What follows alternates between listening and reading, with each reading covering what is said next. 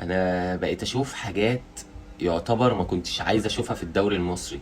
ان لاعب يبقى امنية حياته الاحتراف، ان هو يروح يحترف والنادي بتاعه ما يلبلوش الطلب بتاعه. على سبيل المثال ابراهيم عادل، اللي ممكن نقول يبقى احمد رفعت اتنين او لا، يعني الله اعلم، ما نتمناهاش اصلا نشوفها تاني في الدوري المصري.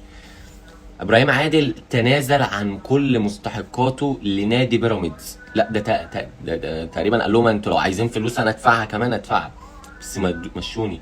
نادي اختافي بعت له عرض ان هو يشتريه، وعرض حلو كمان، وللاسف الشديد نادي بيراميدز ما وافقش عليه. ابراهيم عادل سافر مدريد فعلا عشان خاطر يخضع للفحص الطبي، بس بدون علم نادي بيراميدز. يعني هو الراجل راح هناك عايز عشان يضغط نادي بيراميدز ان هم يوافقوا على العرض، بس نادي بيراميدز مش موافق خالص على الماديات اللي عرضها ختافي. لحد امبارح بالليل، اللي هو قبل ما الكيد يتقفل، كيد السيفي، يا اما كان يبقى يخلصوا معاه والتوقيع بتاعه وكل حاجه، يا اما كانوا ياخدوه اعاره سنه بنيه الشراء.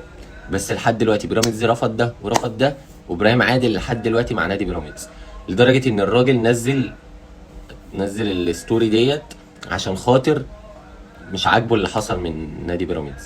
فما اتمناش ان يبقى فيه احمد رفعت الجديد. راجل مش عاوز يبقى معاك في الفريق، خلاص المشكله مشيه، استفاد منه ماديا، بدل ما يفضل قاعد معايا ويلعب معايا ويجي في نهايه عقده ما يرضاش يجدد لي تاني، واتفاجئ ان هو مشي فري، يبقى انا ما استفدتش منه ماديا.